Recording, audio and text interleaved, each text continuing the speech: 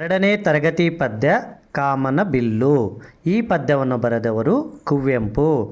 ಕಾಮನ bill ಕಮಾನು ಕಟ್ಟಿದೆ ಮೋಡದ ನಾಡಿನ ಬಾಗಿಲಿಗೆ, ಮೋಡದ ನಾಡಿನ ಬಾಗಿಲಿಗೆ.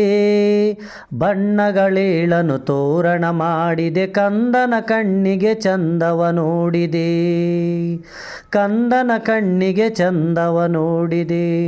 ಹಣ್ಣಿನ ಹೂವಿನ ಒನ್ನನು ಕೂಡಿದೆ, ಮಕ್ಕಳ ಗೋಕುಳಿಯಾಟವ ನೋಡಿದೆ, ಮಕ್ಕಳಿಗೋ ಕುಳಿಯಾಟವ ನೋಡಿದೆ. ತೆಂಗಿನ ತೋಟದ ಬುಡದಲ್ಲಿ ಮೂಡಿದೆ, ಭೂಮಿಗೆ ಬಾನಿಗೆ ಸೇತುವೆ ಹೂಡಿದೆ.